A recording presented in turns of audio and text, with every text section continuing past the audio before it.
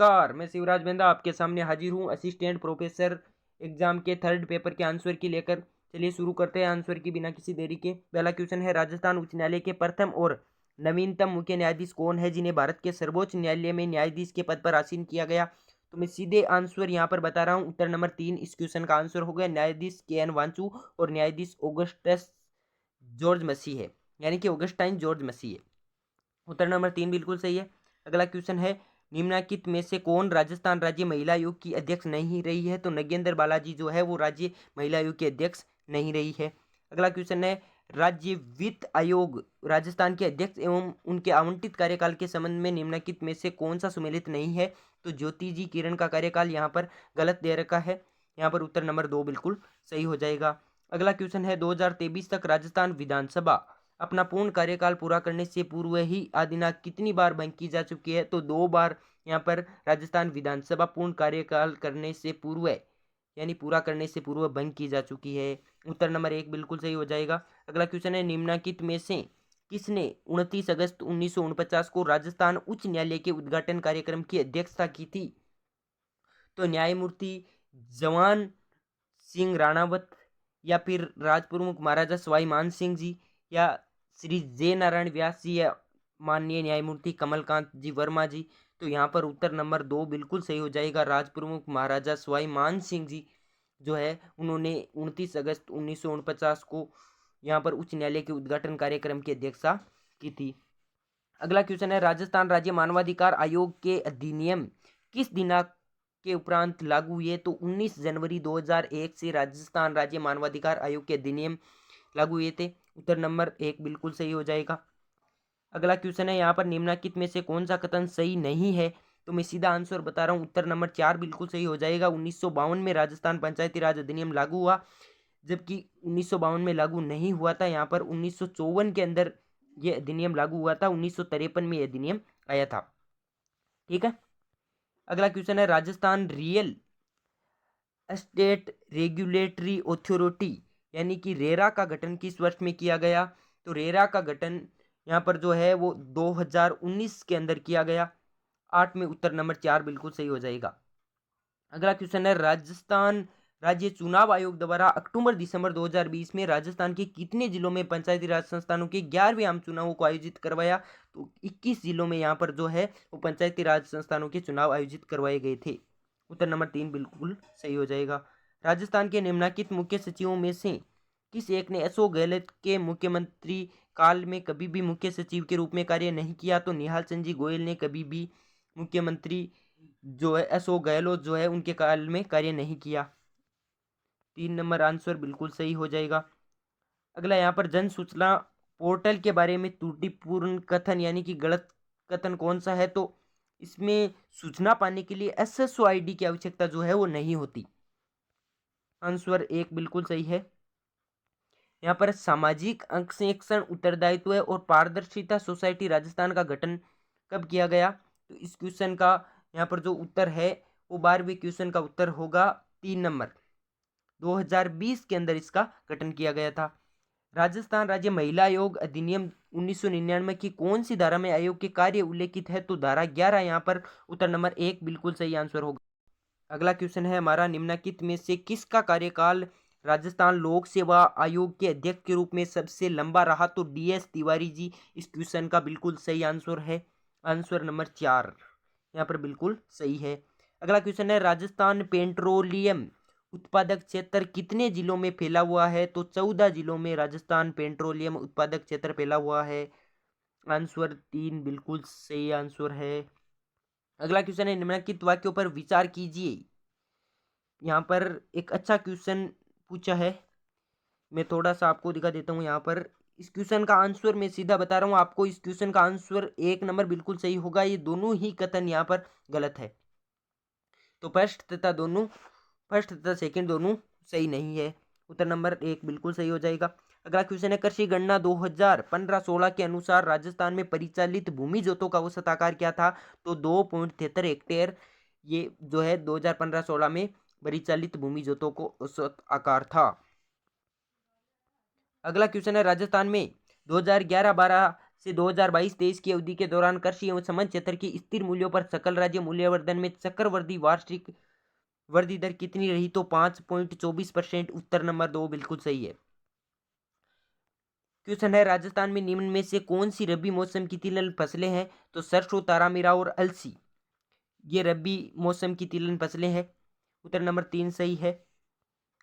Question है, राज्य के आर्थिक वित्तीय परिदृश्य में सुधार के लिए थिंक टैंक के रूप में कार्य करने हेतु राजस्थान में निम्न में से कौन सी परिषद समिति का गठन किया गया? तो मुख्यमंत्री राजस्थान आर्थिक सुधार सलाहकार परिषद का गठन किया गया। उत्तर नंबर 1 बिल्कुल सही आंसर होगा यहाँ पर। क्वेश्चन है, वर्ष 2022-23 के अग्रिम अनुमानों के आधार पर राजस्थान में स्थिर कीमतों पर सकल राज्य मूल्यवर्धन में कृषि क्षेत्र का योगदान रहने की कितनी संभावना है? तो 28.5% रहने की संभावना है। मैं यहाँ पर जल्दी जल्दी आपको करवा रहा हूँ। आप वीडियो को लाइक जरूर कीजिएगा अच्छा लग रहा हो तो, और चैनल को सब्सक्राइब कर देना नहीं हो तो। क्वेश्चन है, निम्न में से किस वर्ष में राजस्थान सूक्ष्म, लघु और मध्यम उद्यम नीति शुरू की गई? तो वर्ष 2021 के अंदर ये नीति लागू की गई थी, यहाँ पर शुरू की गई थी। क्वेश्चन है, राजस्थान के शहरी गरीब, यहाँ पर क्वेश्चन कह रहा है कि राजस्थान के शहरी गरीब और कमजोर तबके के नागरिकों को उच्च गुणवत्ता वाली प्राथमिक स्वास्थ्य सेवाएं निम्न में से किसके द्वारा प्रदान की जाती है? इस क्वेश्चन का उत्तर नंबर 4 जनता क्लिनिक सही आंसर होगा। यहाँ पर मैं ज्यादातर आपको सटीक आंसर देने की कोशिश कर रहा हूँ, लगभग आपके आंसर सही ही होंगे। 2-4 क्वेश्चन तो आरपीएससी भी यहाँ पर गलत मान लेती है, तो वो तो आप मैनेज करके चलिएगा। क्वेश्चन है अगला हमारा, मुख्यमंत्री विशेष योग्यजन स्वरोजगार योजना के संबंध में निम्न में से कौन सा कथन सही नहीं है? तो इस क्वेश्चन का मैं सीधा आपको आंसर बता रहा हूं। यहाँ पर 1 नंबर आंसर बिल्कुल सही हो जाएगा। ऋण उन विशेष योग्यजनों को दिया जाता है जिनकी स्वयं एवं परिवार की सभी स्रोतों से जो वार्षिक आय होती है वो 5 लाख रुपए से कम होती है। 5 लाख रुपए से वार्षिक आय जिनकी कम है उनको ही मुख्यमंत्री विशेष योग्यजन स्वरोजगार योजना का लाभ दिया जाता है। ये गलत हो जाएगा। अगला क्वेश्चन है यहाँ पर, राजस्थान में अटल भूजल योजना का उद्देश्य क्या था? ये ईओआरओ में भी क्वेश्चन आया था। इस क्वेश्चन का उत्तर नंबर 4 बिल्कुल सही है। भूजल के बेहतर प्रबंधन के साथ साथ इसके घटते जल स्तर को रोकना इसका यहाँ पर मुख्य उद्देश्य था। क्वेश्चन है, राजस्थान की मिड डे मील योजना के बारे में निम्न में से कौन सा सही है? तो इस क्वेश्चन का आंसर होगा आंसर नंबर 4। इस योजना के अंतर्गत कक्षा 1 से 5 तक के विद्यार्थियों को दिए जाने वाले भोजन में न्यूनतम 450 कैलोरी और 12 ग्राम प्रोटीन होता है। आंसर 4 बिल्कुल सही है। स्टैंड अप इंडिया, क्वेश्चन है, स्टैंड अप इंडिया योजना में परिकल्पना की गई है कि अनुसूचित जाति और अनुसूचित जनजाति और महिला उद्यमियों में उद्यमशीलता को प्रोत्साहित किया जाए। उत्तर नंबर 2 बिल्कुल सही है। यहाँ पर क्वेश्चन कह रहा है, स्टार्स एक विश्व बैंक द्वारा वित्त पोषित परियोजना है जिसे राजस्थान में क्रियान्वित किया जा रहा है। इस परियोजना का उद्देश्य क्या है? तो स्कूल शिक्षा की गुणवत्ता और प्रशासन में सुधार लाना ही इस योजना का उद्देश्य है। यहाँ पर अगला क्वेश्चन है, राजस्थान में कुल 4 जिलों को 100% डिजिटाइजेशन के लिए चयनित किया गया है। वो 4 जिले कौन से हैं? तो अजमेर, धौलपुर, जैसलमेर और सिरोही, ये वो 4 जिले हैं जिन्हें यहाँ पर 100% डिजिटाइजेशन के लिए चयनित किया गया है। आंसर नंबर 4 बिल्कुल सही है।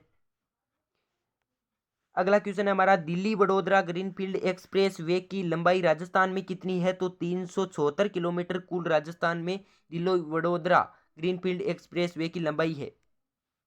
आंसर 2 बिल्कुल सही होगा। यहाँ पर निःशुल्क एवं अनिवार्य शिक्षा का अधिकार अधिनियम 2009 के अंतर्गत राजस्थान में निजी विद्यालयों में कमजोर वर्ग और वंचित वर्ग के बालक बालिकाओं के लिए कितनी सीटें आरक्षित है? तो एक सामान्य सा क्वेश्चन है। क्वेश्चन का उत्तर नंबर 3 25% बिल्कुल सही हो जाएगा यहाँ पर।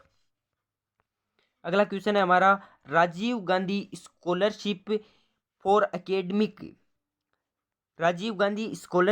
एकेडमिक एक्सीलेंस योजना के बारे में निम्न में से कौन से कथन सही है? तो इस योजना के तहत प्रतिवर्ष 200 मेधावी छात्रों को विश्व बैंक के शीर्ष 250 विश्वविद्यालय संस्थानों में पढ़ने के लिए प्रायोजित किया जाता है। ये भी सही है। और यहाँ पर ये वैसे गलत हो जाएगा, हाँ 250 यहाँ पर गलत है, ये गलत है। और दूसरा है संपूर्ण शिक्षा शुल्क और अन्य खर्च राजस्थान सरकार द्वारा वहन किया जाता है, यहाँ पर ये सही है, तो उत्तर नंबर बी बिल्कुल सही हो जाएगा।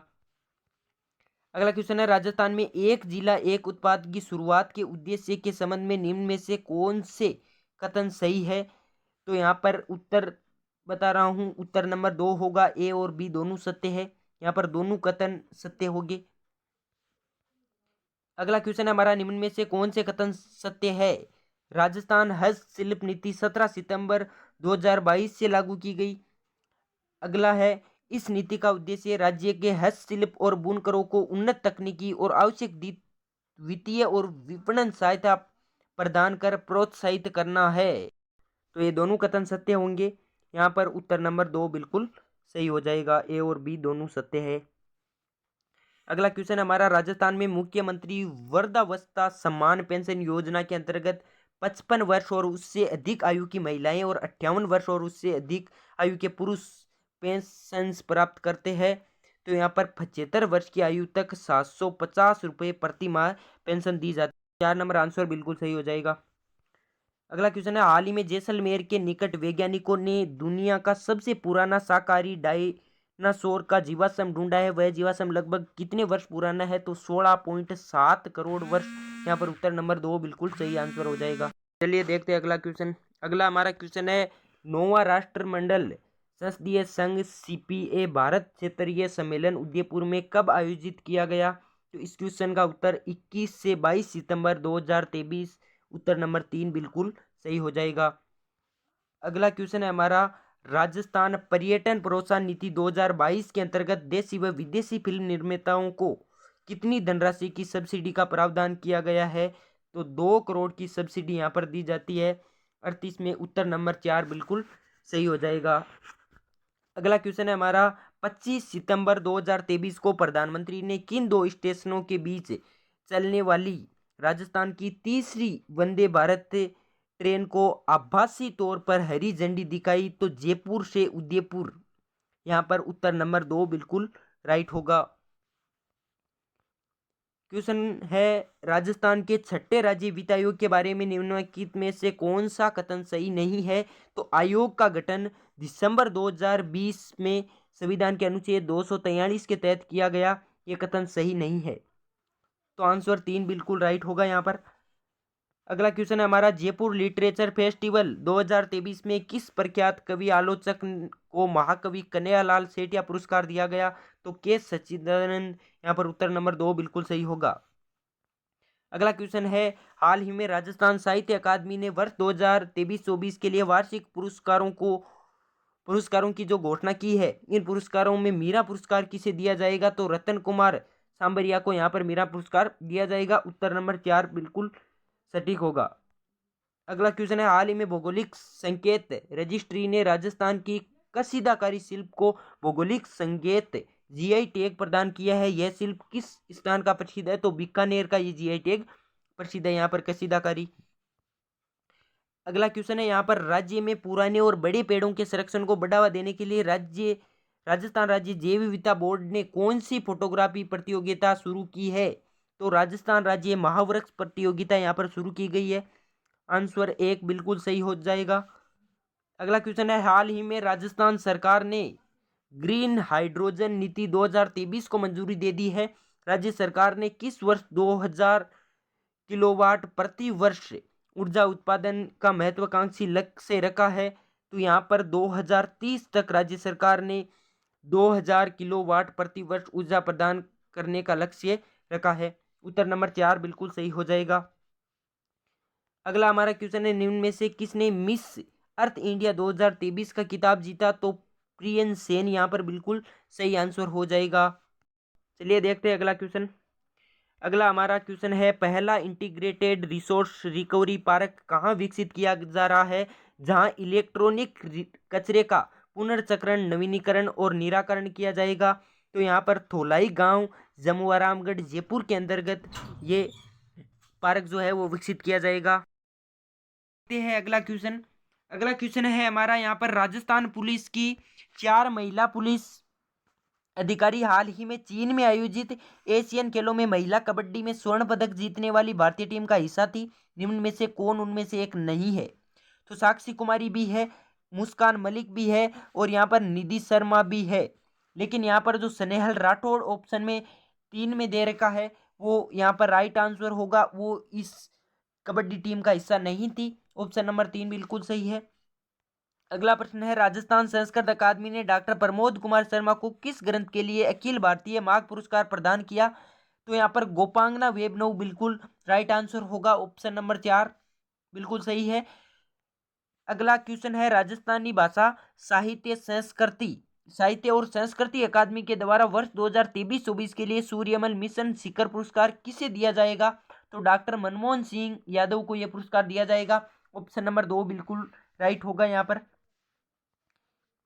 अगला हमारा प्रश्न है, अवनी लेकरा ने मई 2023 में कोरिया के चांगवोन इंटरनेशनल शूटिंग रेंज में विश्व शूटिंग पैरा स्पोर्ट्स विश्व कप में कौन सा पदक जीता? तो रजत पदक इन्होंने जीता था। ऑप्शन नंबर 1 बिल्कुल राइट आंसर हो जाएगा यहाँ पर। प्रश्न है अगला, तीसरी national physical disability T20 cricket championship कहाँ आयोजित की गई? तो उदयपुर में ये आयोजित की गई थी। ऑप्शन नंबर बी बिल्कुल सही है, यानी कि ऑप्शन नंबर 2। अगला प्रश्न है, हाल ही में रियाद में आयोजित पहले अंतर्राष्ट्रीय सऊदी घुड़सवारी फेडरेशन कप में किस खिलाड़ी ने 3 पदक जीते? तो दिव्य कृति सिंह ने यहाँ पर 3 पदक जीते थे। ऑप्शन नंबर 4 बिल्कुल सही है। अगला प्रश्न है, राजस्थान की मानिनी कौशिक ने शिफ्ट सामरा और आशीष ओकासी के साथ हांगझाऊ एशियन खेल 2023 में 50 metre rifle 3 position team event में रजत पदक जीता है। इस पदक को जीतने के लिए उनका संयुक्त योग्यता स्कोर कितना था? तो उनका संयुक्त योग्यता स्कोर था 1770 पॉइंट, जो ऑप्शन नंबर 3 में दे रखा है। अगला प्रश्न है, राजस्थान के किन 2 जिलों में पहली बार junior girls national football championship का आयोजन किया गया? तो उदयपुर और बीकानेर में आयोजन हुआ था। उत्तर नंबर 2 यानी कि ऑप्शन नंबर 2 बिल्कुल सही आंसर हो जाएगा। अगला यहाँ पर इतिहास से क्वेश्चन है, कछवा वंश के निम्नलिखित शासकों को कालक्रमानुसार पहले से बाद तक व्यवस्थित कीजिए। तो मैं इसका सीधा आंसर आपको बताना चाहूंगा। ऑप्शन नंबर 4 इस क्वेश्चन का आंसर होगा। आप अपने हिसाब से मिला लीजिएगा यहाँ पर। अगला प्रश्न है, अकबर ने प्रताप से समझौते के प्रयास में 4 शिष्टमंडल भेजे, निम्न में से किसने शिष्टमंडल का नेतृत्व नहीं किया? तो अबुल फजल यहाँ पर राइट आंसर होगा। यहाँ पर भगवान दास जी भी थे, टोडरमल जी भी थे और जलाल खां भी थे, लेकिन यहाँ पर अबुल फजल की जगह मान सिंह जी थे, तो अबुल फजल यहाँ पर नहीं थे। उत्तर नंबर 3 बिल्कुल सही हो जाएगा। ख्वाजा मोइनुद्दीन चिश्ती की दरगाह में बुलंद दरवाजे का निर्माण किसने करवाया? तो सुल्तान महमूद खिलजी ने यहाँ पर बुलंद दरवाजे का निर्माण करवाया था। ऑप्शन नंबर 1 बिल्कुल सही है। अगला प्रश्न है, बागौर के बारे में निम्नलिखित कथनों को पढ़िए। बागौर से लघु पाषाण उपकरण पुरातत्व सामग्री प्राप्त हुई, सही है बिल्कुल। डॉक्टर LS लेसनी पुणे विश्वविद्यालय के सहयोग से यहाँ उत्खनन कार्य संपादित किया गया, ये भी बिल्कुल सही है, यानी कि 1 और 2 बिल्कुल सही है। तो 1 और 2 दोनों बिल्कुल राइट हो जाएंगे। उत्तर नंबर 2 बिल्कुल सही है। ऑप्शन 2 इस क्वेश्चन का राइट आंसर हो जाएगा। अगला प्रश्न है, यहाँ पर अलाउद्दीन खिलजी की सेना द्वारा रणथंबोर के किले की घेराबंदी के समय उसका कौन सा सेनापति राव हमीर देव के सैनिकों द्वारा मारा गया? तो नुसरत खां जो है वो यहाँ पर मारा गया। ये क्वेश्चन कई बार आ चुका है, क्वेश्चन को जरूर ध्यान रखें। आगे देखते हैं प्रश्न यहाँ पर। अगला प्रश्न है, निम्न में से कौन सी दादू पंथ की शाखा नहीं है? विरक्त भी है, नागा भी है, खालसा भी है, लेकिन थांबा जो है वो नागा जो है दादू पंथ की शाखा नहीं है। दादू पंथ की जो शाखाएं हैं वो विरक्त है, नागा है और खालसा है। उत्तर नंबर 3 इस क्वेश्चन का सही आंसर हो जाएगा। अगला प्रश्न यहाँ पर हम देखते हैं कि 1857 ईस्वी में राजपूताना की 6 ब्रिटिश सैनिक छावनियों में से कौन सी सबसे शक्तिशाली छावनी थी? तो नसीराबाद यहाँ पर सबसे शक्तिशाली और मैं कह सकता हूँ कि सबसे पहले विद्रोह भी यहाँ पर हुआ था। तो उत्तर नंबर 3 बिल्कुल सही हो जाएगा। अगला प्रश्न है, 1897 ईस्वी में बिजोलिया के किसानों ने जो गिरधारीपुरा गांव में एकत्रित हुए थे, जो किसान, निम्न में से किन्हें महाराणा से मिलने के लिए उदयपुर भेजा, यानी किन को यहाँ पर उदयपुर में महाराणा से मिलने के लिए भेजा था, तो नानजी पटेल और ठाकरी पटेल को यहाँ पर मिलने के लिए भेजा था महाराणा से। उत्तर नंबर 2 ऑप्शन 2 बिल्कुल सही हो जाएगा यहाँ पर। अगला प्रश्न है 1516 में मीरा का विवाह किसके साथ हुआ, तो भोजराज जी के साथ मीरा का विवाह हुआ था। उत्तर नंबर 1 बिल्कुल सही है, सामान्य सा क्वेश्चन था। यहाँ पर अगला क्वेश्चन है हमारा 65वां क्वेश्चन। रचना एक तरफ दे रखी है, एक तरफ रचनाकार दे रखे हैं, मैं सीधा आंसर बताना चाहूंगा यहाँ पर। ऑप्शन नंबर 4 बिल्कुल सही आंसर हो जाएगा इस क्वेश्चन का। अगला प्रश्न है यहाँ पर बेसरी और भंवरकड़ी नामक आभूषण महिलाओं द्वारा किस अंग में पहने जाते हैं, तो नाक में ये आभूषण पहने जाते हैं। ऑप्शन नंबर 1 बिल्कुल सही है। अगला प्रश्न है कौन से शहर गोल्डन ट्रायंगल के अंतर्गत आते हैं, तो दिल्ली, जयपुर और आगरा। यहाँ पर ऑप्शन नंबर 4 में जो दे रखे हैं वो बिल्कुल राइट आंसर आएंगे यहाँ पर। अगला प्रश्न है चित्रकार निहाल चंद जो है वो किस चित्रकला शैली से संबंधित है, तो किशनगढ़ शैली से ये संबंधित है। ऑप्शन नंबर 2 बिल्कुल सही है। अगला क्वेश्चन है दादू पंत का अधिकांश साहित्य किस बोली में लिपिबद्ध है, तो ढूंढाड़ी बोली में ये जो साहित्य है वो लिपिबद्ध है। यहाँ पर दादू ने जो अपना अधिकांश साहित्य है वो ढूंढाड़ी बोली में ही जयपुर में यहाँ पर जो आसपास बोली जाती है उसमें लिखा था। अगला प्रश्न है 1800 यानी 1933 में, सॉरी 1800 को यहाँ पर मैं 1900 बोलना चाहूंगा। 1933 में कलकत्ता में आयोजित अखिल भारतीय मारवाड़ी महिला सम्मेलन की अध्यक्षता किसने की, तो जानकी देवी बजाज। ऑप्शन नंबर 2 बिल्कुल सही है।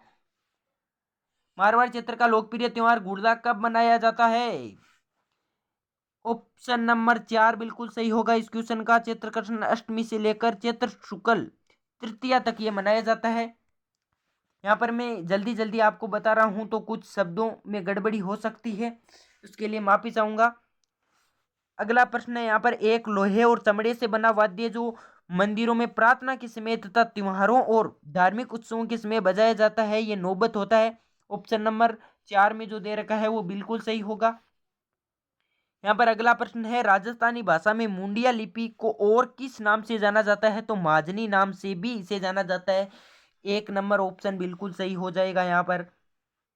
अगला 74वां हमारा प्रश्न है कि निम्नलिखित कथनों पर विचार कीजिए और सही उत्तर का चयन नीचे दिए गए कूट से कीजिए। तो एक यहाँ पर दे रखा है कि कुंभलगढ़ भोराट के पठार का सर्वोच्च बिंदु है, तो ये तो बिल्कुल गलत हो जाएगा यहाँ पर। अगला दे रखा है रघुनाथगढ़ उत्तरी अरावली का सर्वोच्च शिखर है, ये सही है। और उड़िया पठार माउंट आबू के निकट स्थित है, ये भी बिल्कुल सही है, यानी कि बी और सी, यानी कि ऑप्शन नंबर 2 बिल्कुल राइट आंसर हो जाएगा यहाँ पर। अगला प्रश्न है किस भू आकृतिक प्रदेश में नरसिंहपुर पहाड़ और हिंगलाज का मगरा स्थित है, तो लूनी बेसिन में ये स्थित है। उत्तर नंबर 2 बिल्कुल सही हो जाएगा यहाँ पर। प्रश्न है हथमती मेसवा और माजम सहायक नदियां हैं, यानी कि हथमती मेसवा और माजम किसकी सहायक नदियां हैं, तो साबरमती नदी की ये सहायक नदियां हैं। ऑप्शन नंबर 4 बिल्कुल राइट आंसर होगा। अचलदास खींचीरी वचनिका नामक ग्रंथ के रचनाकार कौन है, तो शिवदास गार्डन जो है वो अचलदास खींचीरी वचनिका के रचनाकार है। ऑप्शन नंबर 3 बिल्कुल सही है। अगला प्रश्न है लिंग्विस्टिक सर्वे ऑफ इंडिया किसके द्वारा 1912 ईस्वी में लिखी गई, तो जॉर्ज अब्राहम ग्रियर्सन द्वारा ये लिखी गई। ऑप्शन नंबर 4 बिल्कुल सही हो जाएगा। अगला प्रश्न है निम्नलिखित में से किन जिलों के समूह को उनकी औसत वार्षिक वर्षा के अनुसार आरोही क्रम में व्यवस्थित किया गया है। इस क्वेश्चन का आंसर होगा ऑप्शन नंबर 2 जोधपुर, राजसमंद और उदयपुर। 2 नंबर ऑप्शन सही हो जाएगा। अगला प्रश्न है हमारा राजस्थान क्या हाड़ौती प्रदेश में प्रधान प्रकार की मृदा है, यानी कि हाड़ौती प्रदेश में कौन सी मृदा पाई जाती है, तो वर्टिसोल्स काली मिट्टी यहाँ पर अधिकतर देखने को मिलती है। ऑप्शन नंबर 1 बिल्कुल सही हो जाएगा। यहाँ पर हम 81 क्वेश्चन तक पहुंच चुके हैं। 81 हमारा क्वेश्चन है सूची पृष्ठ को सूची सेकंड से सम्मिलित कीजिए तथा नीचे दिए गए कूट से सही उत्तर का चयन करें। यहाँ पर एक तरफ खनिज दे रखे, एक तरफ खान के भंडार दे रखे हैं। यहाँ पर मैं आपको सीधा आंसर बताना चाहूंगा, इस क्वेश्चन का आंसर 3 नंबर बिल्कुल सही हो जाएगा।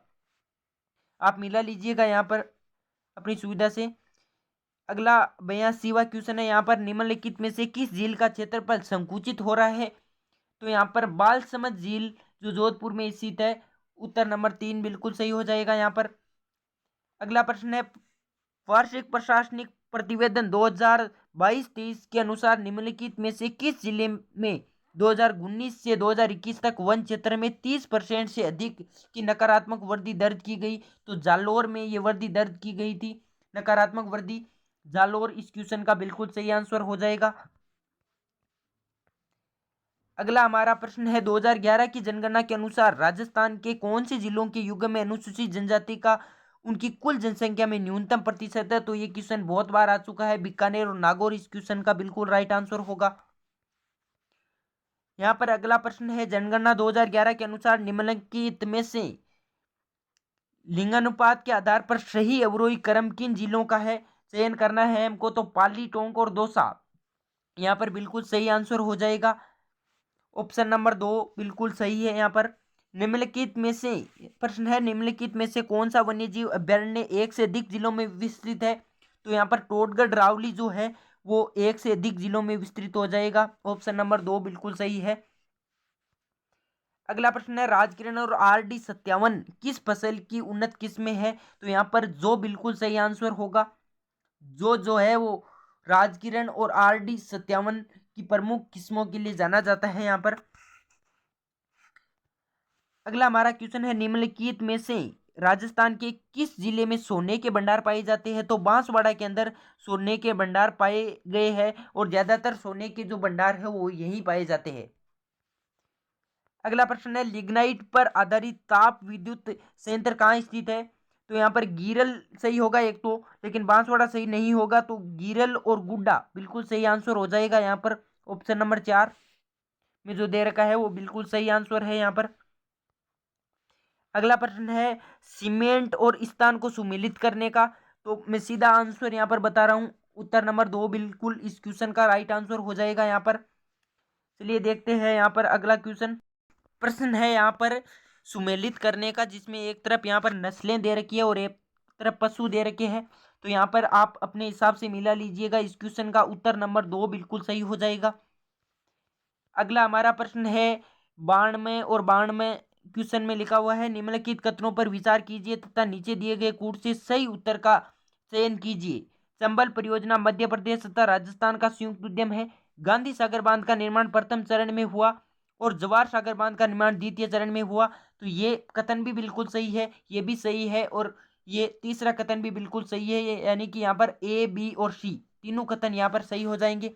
ऑप्शन नंबर 4 बिल्कुल सही है। अगला प्रश्न है यहाँ पर लूनी नदी में जल प्रदूषण का प्रमुख कारण क्या है? तो वस्त्रों की रंगाई छपाई की जो इकाइयां है उसी के कारण यहाँ पर प्रदूषण होता है। उत्तर नंबर 1 बिल्कुल सही होगा। अगला हमारा क्वेश्चन है निम्नलिखित वाक्यों पर विचार कीजिए।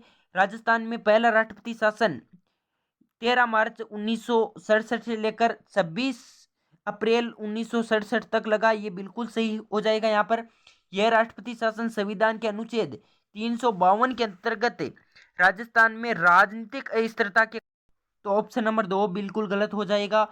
और यहाँ पर ऑप्शन नंबर जो 3 है मार्च 1967 में राज्यपाल हुकुम सिंह ने राजस्थान में राष्ट्रपति शासन लगाने के लिए राष्ट्रपति को सलाह भेजी, ये भी गलत है। यहाँ पर 2 नंबर ऑप्शन बिल्कुल सही है, केवल फर्स्ट सही होगा इसमें। अगला प्रश्न है कुलाधिपति द्वारा वर्ष 2020-21 के लिए निम्न में से किस राज्य घोषित विश्वविद्यालय को सर्वोत्तम विश्वविद्यालय कुलाधिपति पुरस्कार से सम्मानित किया गया? यहाँ पर मोहनलाल सुखाड़िया विश्वविद्यालय या फिर MDS विश्वविद्यालय अजमेर, वर्धमान महावीर कोटा खुला विश्वविद्यालय कोटा या फिर महाराणा प्रताप कृषि तकनीकी विश्वविद्यालय उदयपुर। तो इस क्वेश्चन का उत्तर नंबर 4 बिल्कुल सही हो जाएगा। यहाँ पर महाराणा प्रताप कृषि तकनीकी विश्वविद्यालय। अगला प्रश्न है राजस्थान में मरुस्थलीकरण का प्रमुख कारण कौन सा है? तो यहाँ पर नहरी सिंचाई जो है कौन सा नहीं है, सॉरी यहाँ पर नहीं पूछा है। तो नहरी सिंचाई जो है वो इसका कारण नहीं है, बाकी अतिचारण भी है, भूमि उपयोग परिवर्तन भी है और बालू एवं बालुका स्तूपों का एकत्र होना भी है। अगला प्रश्न है राजस्थान सरकार ने जलवायु परिवर्तन नीति की शुरुआत कब की? तो यहाँ पर 2023 इस क्वेश्चन का बिल्कुल सही आंसर हो जाएगा। अगला हमारा क्वेश्चन है कि राजस्थान में विधानसभा निर्वाचन क्षेत्रों के बारे में निम्नलिखित में से कौन सा कथन सही नहीं है। तो इस क्वेश्चन का उत्तर नंबर 2, राजस्थान राज्य विधानसभा के कुल निर्वाचन क्षेत्रों की वर्तमान संख्या का निर्धारण 2001 की जनगणना के आधार पर हुआ। यह कथन बिल्कुल यहाँ पर सही नहीं होगा। अगला प्रश्न है, निम्नलिखित मुख्यमंत्रियों में से किस मुख्यमंत्री ने राजस्थान में राष्ट्रपति शासन के कारण सबसे ज्यादा बार अपने मंत्रिपरिषद की बर्खास्तगी देखी है। तो भैरों सिंह जी शेखावत उत्तर नंबर 1 यहाँ पर जो ऑप्शन में दे रखा है, ऑप्शन नंबर 1 बिल्कुल सही हो जाएगा। अगला हमारा 100 क्वेश्चन है, यहाँ पर अंतिम क्वेश्चन भी है ये, निम्नलिखित में से कौन सा कथन गलत है। तो यहाँ पर ऑप्शन नंबर 2, 91वें संवैधानिक संशोधन के बाद राजस्थान के मंत्रिपरिषद में कुल महिला मंत्रियों की संख्या मुख्यमंत्री सहित 7 से कम नहीं होगी। ये 2 नंबर ऑप्शन बिल्कुल सही होगा। ये मैंने आपको 100% की बिल्कुल सटीक आंसर की बता दी है।